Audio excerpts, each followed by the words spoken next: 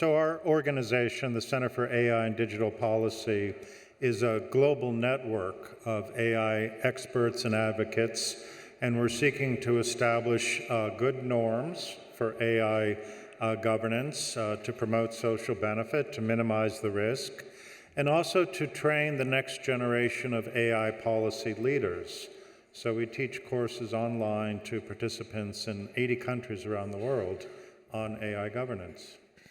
You advise a number of governments at this stage on an area where they're very much seeking advice. And if they're not seeking advice, they should be, I think, when it comes to artificial intelligence. Given your experience and thinking of some of the governments you're speaking to at the moment, where's the balance between obviously wanting to collect data for good use? I mean, anyone arriving into Dubai's airport, you will notice the biometric gates. It's a beautiful thing. You sail through the airport. You don't have to speak to a soul. That's data used well. But what you don't want is your biometric data following you around. You don't want a government checking where you've been, who you've spoken to, what you're interested in. So where's the balance here for governments when they want to collect data, but also in the interest of protecting it? Well, I think one of the key points we've learned over the years is that when you collect data, you also expose yourself to certain risk. So governments that are collecting personal data for purposes like delivery of services or maybe airport security have become increasingly aware that they are subject to cybersecurity attacks, and that exposes their agency to risk and their citizens to risk. So what we've tried to do in this field is say, we recognize these innovative uses of personal data, like the biometrics at the airport, but we also need privacy-enhancing techniques that minimize risk. So, for example, you might separate identifying details on a profile from broader characteristics that you can more widely share within a system without the risk that you'll breach the underlying identity of a user of a system. I think this issue is going to become increasingly important as governments do more in the AI field. Because one of the things we know about machine learning is that machine learning is data intensive. And governments and private sector companies are all collecting lots and lots of personal data. But I think we need to find solutions that allow them to maximize the benefits while minimizing those risks, because those risks are very real. Do you think governments are doing enough? Are they aware of how much data, for instance, private companies are collecting from us? And I'm thinking specifically, actually, of some of the big AI companies, the generative AI companies like OpenAI. Right. So this is also where you begin to get into some of the fascinating copyright issues around generative AI. If you collect a lot of information that's available online, some of it, by the way, which may be protected under copyright law, about a particular individual, now you actually have the ability to replicate that person's image, or their voice, or their mannerisms. And this is not the old-fashioned type of cybersecurity concern when it was simply the bank details, let's say, that were obtained so that someone would commit online theft. This is actually the capability to take someone's identity, their persona, and replicate them in a variety of ways. And I think we're going to need some governance here and some rules. It can be, taking an artist's style, their voice, their musical ability.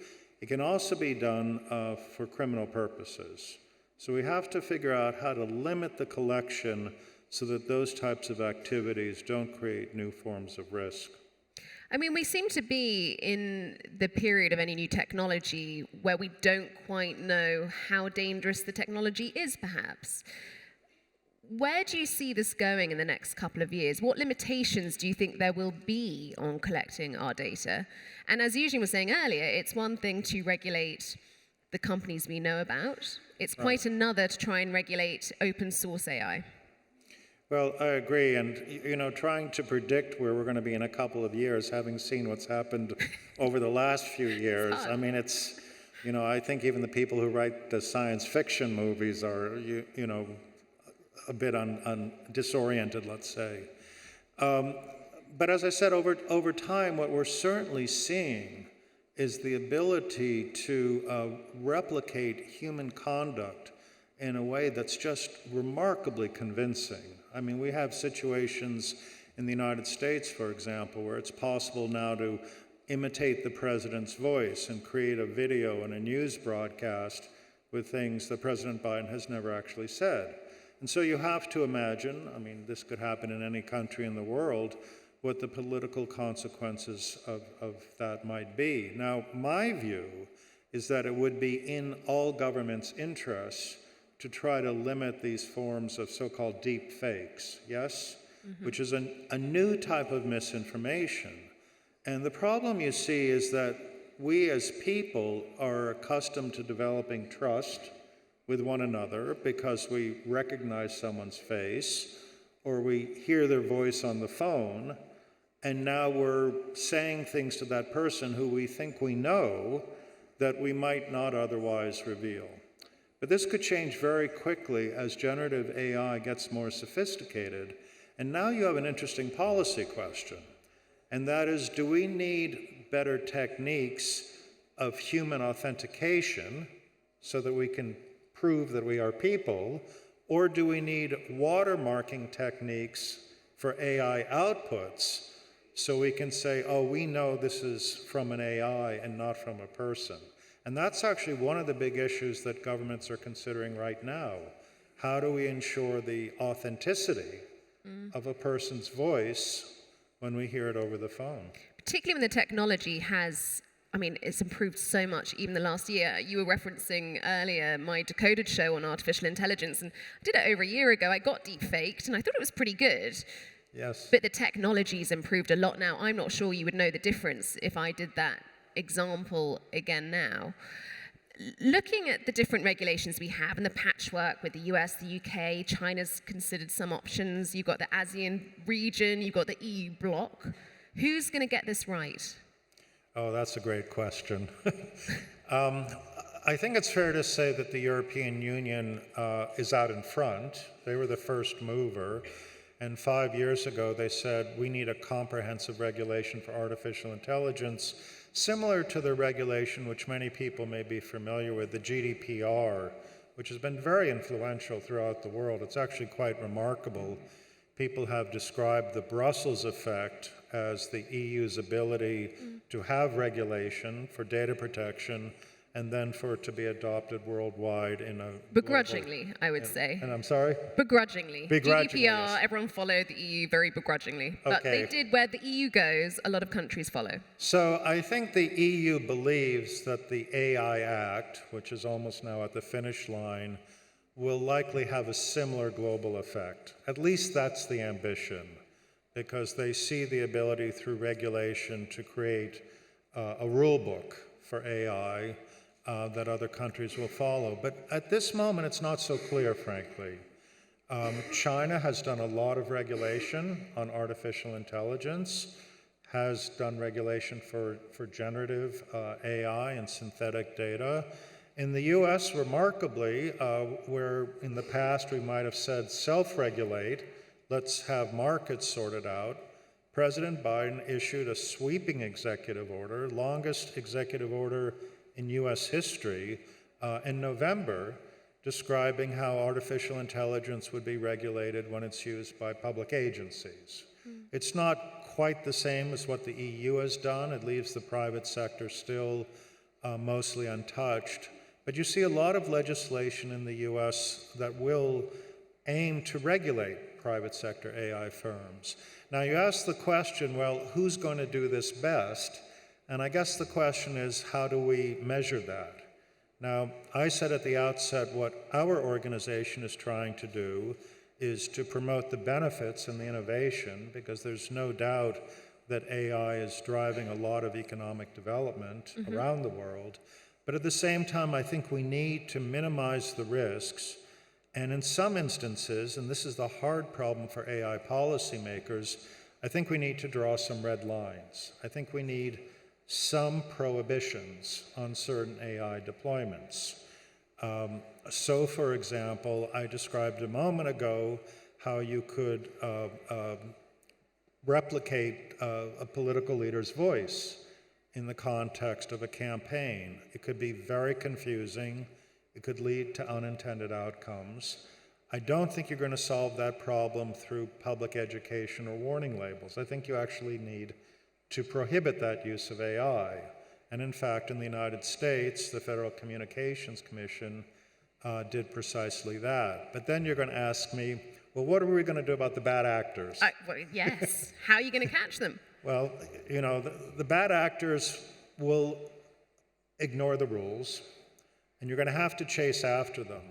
But I don't think that's a reason not to have the rules, because if you don't have the rules in place, there'll be too few disincentives for the bad uses of AI, and I think that is one of the big challenges we face today.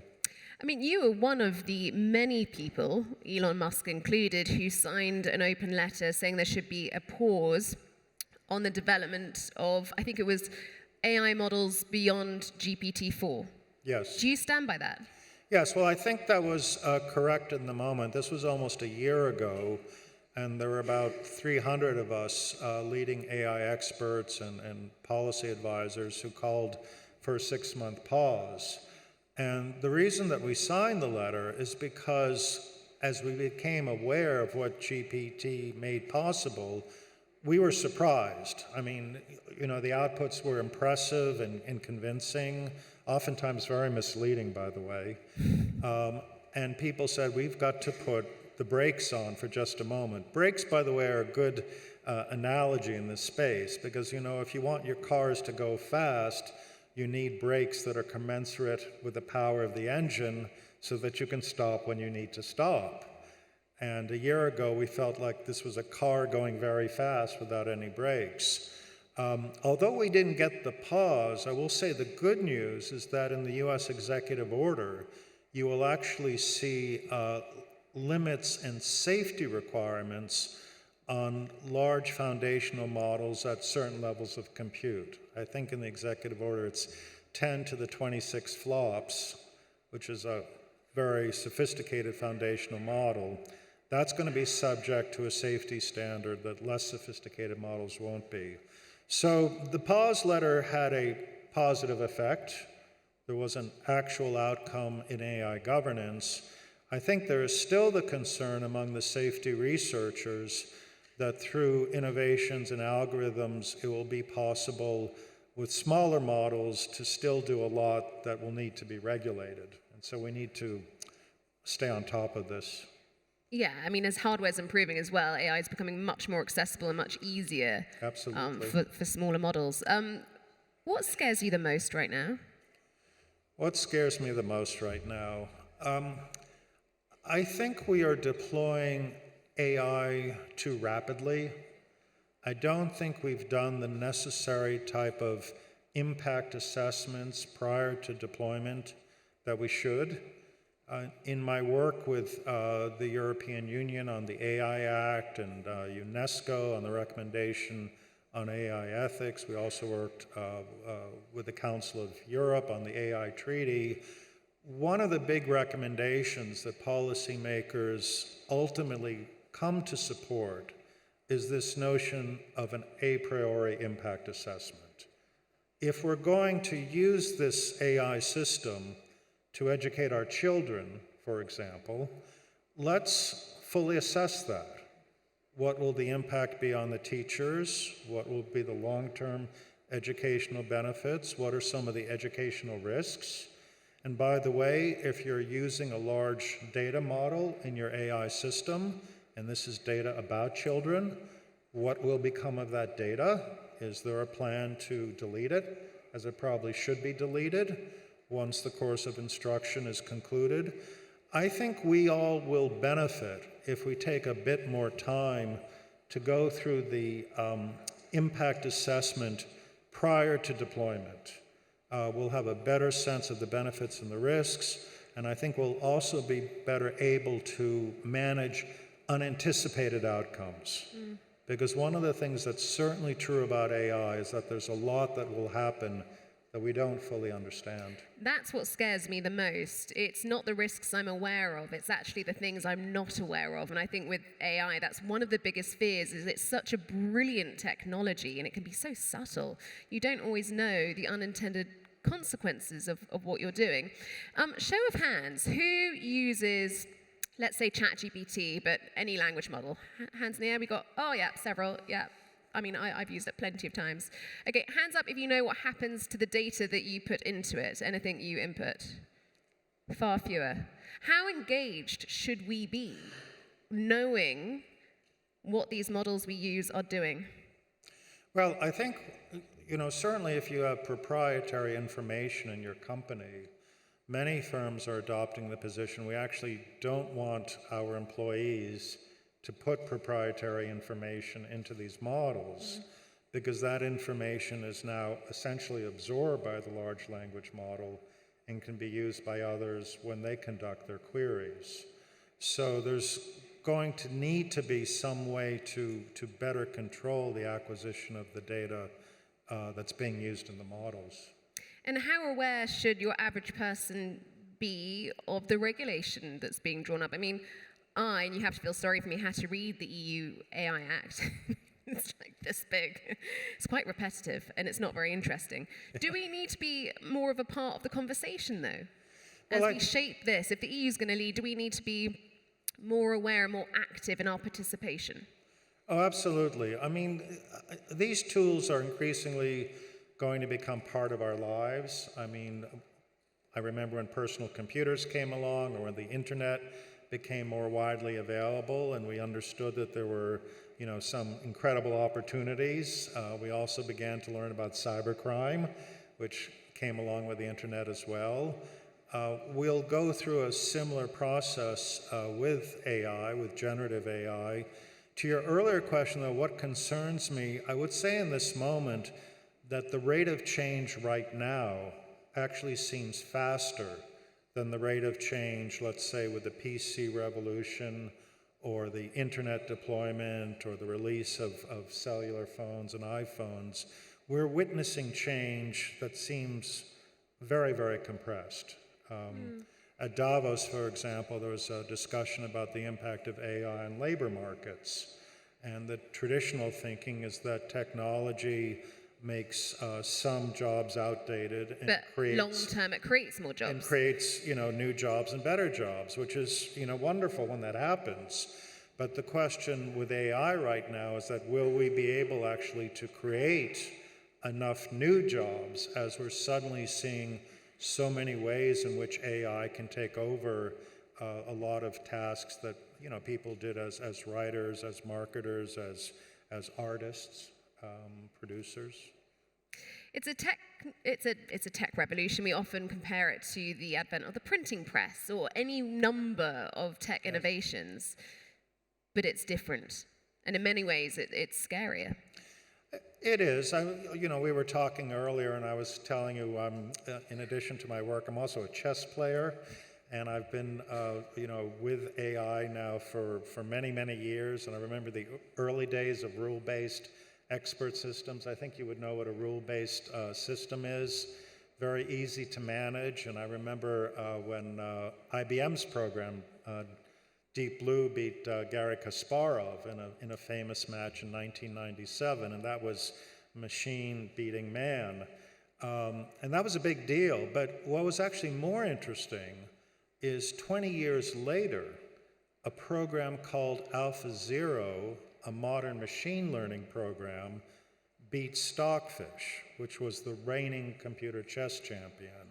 And the thing about AlphaZero is that it produced brilliant moves, but no one could really figure out why. Because this was the model that learned from itself. It wasn't learning from people. This was a probabilistic model, not a determinist model. And it meant that, we would see these moves and go, gosh, I mean, how did it think of that? But of course, we're going to see a lot more of that as machine learning models are deployed. Very impressive results, but never being quite sure how they came about. Mark, it's been such a pleasure. Our time is up. We could have talked for hours, though. Thank you very much. Mark Rottenberg, everyone. Thank you.